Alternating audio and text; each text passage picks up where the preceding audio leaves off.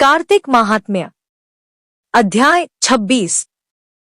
नारद जी बोले, इस प्रकार विष्णु पार्षदों के वचन सुनकर धर्मदत्त ने कहा, प्राय सभी मनुष्य भक्तों का कष्ट दूर करने वाले श्री विष्णु की यज्ञ, दान, व्रत, तीर्थ सेवन तथा तपस्याओं के द्वारा विधिपूर्वक आराधना करते हैं।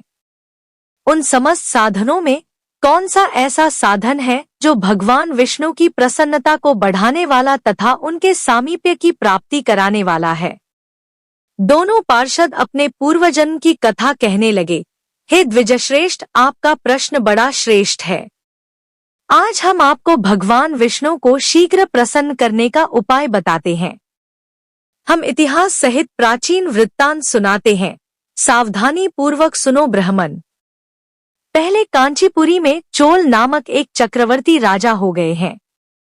उन्हीं के नाम पर उनके अधीन रहने वाले सभी देश चोल नाम से विख्यात हुए। राजा चोल जब इस भूमंडल का शासन करते थे, उस समय उनके राज्य में कोई भी मनुष्य दरिद्र, दुखी, पाप में मन लगाने वाला अथवा रोगी नहीं था। एक समय की बात है, राजा चोल अनंतशन नामक तीर्थ में गए, जहां जगदीश्वर भगवान विष्णु ने योग निद्रा का आश्रय लेकर शयन किया था। वहां भगवान विष्णु के दिव्य विग्रह की राजा ने विधिपूर्वक पूजा की। दिव्य मणि, मुक्ताफल तथा सुवर्ण के बने हुए सुंदर पुष्पों से पूजन करके साष्टांग प्रणाम किया। प्रणाम करके ज्यों ही बैठे, उसी समय उनकी दृष्टि भगवान के पास आते हुए एक ब्राह्मण पर पड़ी, जो उन्हीं की कांची नगरी के निवासी थे। उनका नाम विष्णुदास था। उन्होंने भगवान की पूजा के लिए अपने हाथ में तुलसी दल और जल ले रखा था।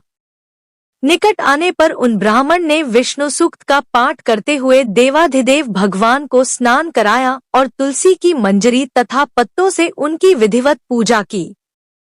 राजा चोल ने जो पहले रत्नों से भगवान की पूजा की थी, वह सब तुलसी पूजा से ढक गई। यह देखकर राजा कुपित होकर बोले, विष्णुदास, मैंने मणियों तथा सुवर्ण से भगवान की जो पूजा की थी, वह कितनी शोभा पा रही थी। तुमने तुलसी दल चढ़ाकर उसे ढक दिया। बताओ, ऐसा क्यों किया? मुझे तो ऐसा जान पड़ता है कि तुम दरिद्र और गंवार हो, भगवान विष्णु की भक्ति को बिल्कुल नहीं जानते। राजा की यह बात सुनकर द्विजश्रेष्ठ विष्णुदास ने कहा, राजन, आपको भक्ति का कुछ भी पता नहीं है। केवल राजलक्ष्मी के कारण आप घमंड कर रहे हैं। बतलाइए तो, आज से पहले आपने कितने वैष्णव व्रतों का पालन किया है? तब नृपश्रेष्ठ चोल ने हंसते हुए कहा, तुम तो दरिद्र और निर्धन हो, तुम्हारी भगवान विष्णु में भक्ति ही कितनी है। तुमने भगवान विष्णु को संतुष्ट करने वाला कोई भी यज्ञ और दान आदि नहीं किया और न पहले कभी कोई देव मंदिर ही बनवाया है। इतने पर भी तुम्हें अपनी भक्ति का इतना गर्व है। अच्छा, तो ये सभी ब्राह्मण मेरी बात सुन ले। भगवान विष्णु के दर्शन पहले मैं करता हूँ या यह ब्राह्मण? इस बात को आप सब लोग देखें, फिर हम दोनों में से किसकी भक्ति कैसी है, यह सब लोग स्वतः ही जान लेंगे। ऐसा कहकर राजा अपने राजभवन को चले गए। वहां उन्होंने महर्षि मुद्गल को आचार्य बनाकर वैष्णव यज्ञ प्रारंभ किया। उधर सदैव भगवान विष्णु को प्रसन्न करने वाले शास्त्रोक्त नियमों में तत्पर विष्णुदास भी व्रत का पालन करते हुए वहीं भगवान विष्णु के मंदिर में टिक गए। उन्होंने माघ और कार्तिक के उत्तम व्रत का अनुष्ठान, तुलसीवन की रक्षा, एकादशी को द्वादशाक्षर मंत्र का जाप, नृत्य, गीत आदि मंगलमय आयोजनों के साथ प्रतिदिन षोडशोपचार से भगवान विष्णु की पूजा आदि नियमों का आचरण किया। वे प्रतिदिन चलते, फिरते और सोते हर समय भगवान विष्णु का स्मरण किया करते थे। उनकी दृष्टि सर्वत्र सम हो गई थी। वे सब प्राणियों के भीतर एकमात्र भगवान विष्णु को ही स्थित देखते थे। इस प्रकार राजा चोल और विष्णुदास दोनों ही भगवान लक्ष्मीपति की आराधना में संलग्न थे। दोनों ही अपने अपने व्रत में स्थित रहते थे और दोनों की ही संपूर्ण इंद्रियां तथा समस्त कर्म भगवान विष्णु को समर्पित हो चुके थे। इस अवस्था में उन दोनों ने दीर्घकाल व्यतीत किया। अध्याय 27। पार्षदों ने कहा, एक दिन की बात है, विष्णुदास ने नित्य कर्म करने के पश्चात भोजन तैयार किया, किंतु कोई छिपकर उसे चुरा ले गया।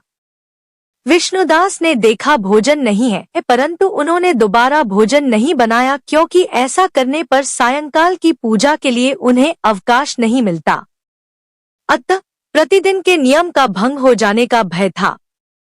दूसरे दिन पुनः उसी समय पर भोजन बनाकर वे ज्यों ही भगवान विष्णु को भोग अर्पण करने के लिए गए, त्यों ही किसी ने आकर फिर सारा भोजन हड़प लिया। इस प्रकार 7 दिनों तक लगातार कोई उनका भोजन चुराकर ले जाता रहा। इससे विष्णुदास को बड़ा विस्मय हुआ। वे मन ही मन इस प्रकार विचार करने लगे, अहो, कौन प्रतिदिन आकर मेरी रसोई चुरा ले जाता है? यदि दोबारा रसोई बनाकर भोजन करता हूँ तो सायंकाल की पूजा छूट जाती है। यदि रसोई बनाकर तुरंत ही भोजन कर लेना उचित हो तो मुझसे यह न होगा, क्योंकि भगवान विष्णु को सब कुछ अर्पण किए बिना कोई भी वैष्णव भोजन नहीं करता। आज उपवास करते मुझे 7 दिन हो गए। इस प्रकार मैं व्रत में कब तक स्थिर रह सकता हूँ? अच्छा, आज मैं रसोई की भलीभांति रक्षा करूंगा। ऐसा निश्चय करके भोजन बनाने के पश्चात वे वहीं कहीं छिपकर खड़े हो गए। इतने में ही उन्हें एक चांडाल दिखाई दिया, जो रसोई का अन्न हरकर जाने के लिए तैयार खड़ा था। भूख के मारे उसका सारा शरीर दुर्बल हो गया था, मुख पर दीनता छा रही थी। शरीर में हाड़ और चाम के सिवा कुछ शेष नहीं बचा था। उसे देखकर श्रेष्ठ ब्राह्मण विष्णुदास का हृदय करुणा से भर आया। उन्होंने भोजन चुराने वाले चांडाल की ओर देखकर कहा, भैया, जरा ठहरो ठहरो, क्यों रूखा सूखा खाते हो? यह घी तो ले लो। इस प्रकार कहते हुए विप्रवर विष्णुदास को आते देख वह चांडाल भय के मारे बड़े वेग से भागा और कुछ ही दूरी पर मूर्छित होकर गिर पड़ा। चांडाल को भयभीत और मूर्छित देखकर द्विजश्रेष्ठ विष्णुदास बड़े वेग से उसके समीप आए और दयावश अपने वस्त्र के छोर से उसको हवा करने लगे। तदंतर जब वह उठकर खड़ा हुआ तब विष्णुदास ने देखा वहां चांडाल नहीं है, बल्कि साक्षात नारायण ही शंख, चक्र और गदा धारण किए सामने उपस्थित हैं। अपने प्रभु को प्रत्यक्ष देखकर विष्णुदास सात्विक भावों के वशीभूत हो गए।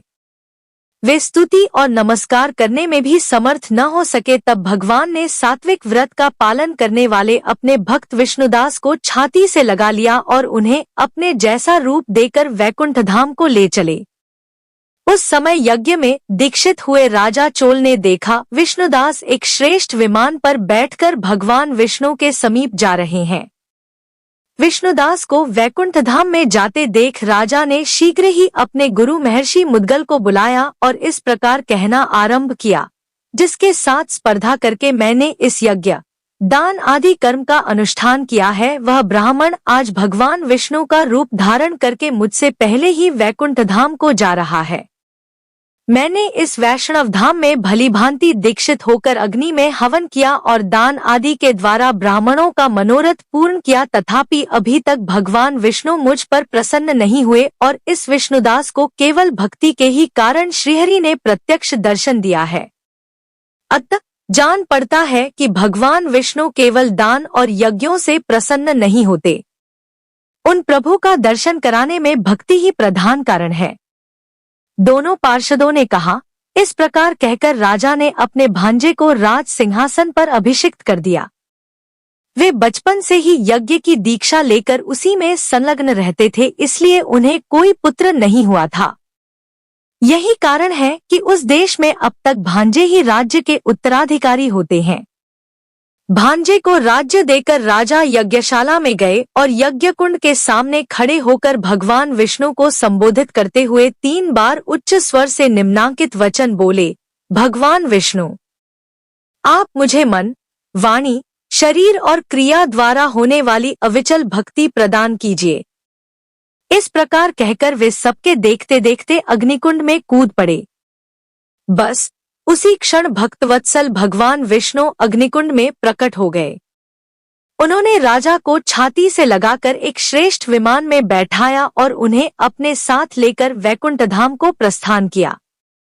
नारद जी बोले, हे राजन, जो विष्णुदास थे वे तो पुण्यशील नाम से प्रसिद्ध भगवान के पार्षद हुए और जो राजा चोल थे उनका नाम सुशील हुआ। इन दोनों को अपने ही समान रूप देकर भगवान लक्ष्मीपति ने अपना द्वारपाल बना लिया। आइए सुनते हैं अब बड़ा भिखारी की कथा। एक करोड़पति बहुत अड़चन में था। करोड़ों का घाटा लगा था और सारी जीवन की मेहनत डूबने के करीब थी। नौका डगमगा रही थी। कभी मंदिर नहीं गया था, कभी प्रार्थना भी न की थी। फुर्सत ही न मिली थी। पूजा के लिए उसने पुजारी रख छोड़े थे, कई मंदिर भी बनवाए थे जहां वे उसके नाम से नियमित पूजा किया करते थे, लेकिन आज इस दुख की घड़ी में कांपते हाथों वह भी मंदिर गया। सुबह जल्दी गया ताकि परमात्मा से पहली मुलाकात उसी की हो, पहली प्रार्थना वही कर सके। कोई दूसरा पहले ही मांग कर परमात्मा का मन खराब न कर चुका हो।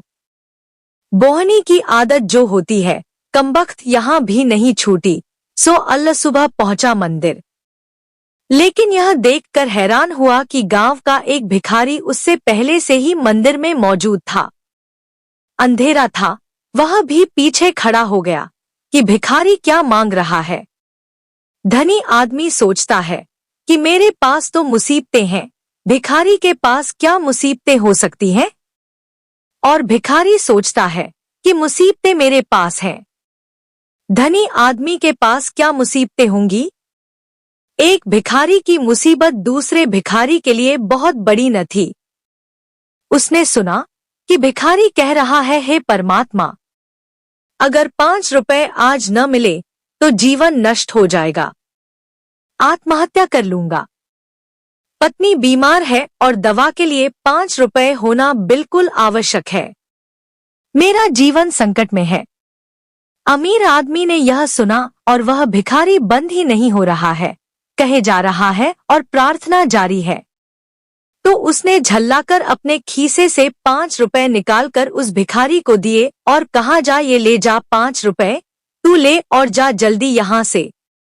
अब वह परमात्मा से मुक्तिब हुआ और बोला, प्रभु, अब आप ध्यान मेरी तरफ दें। इस भिखारी की तो यही आदत है। दरअसल मुझे 5 करोड़ रुपए की जरूरत है। भगवान मुस्कुरा उठे, बोले, एक छोटे भिखारी से तो तूने मुझे छुटकारा दिला दिया, लेकिन तुझसे छुटकारा पाने के लिए तो मुझको तुमसे भी बड़ा भिखारी ढूंढना पड़ेगा।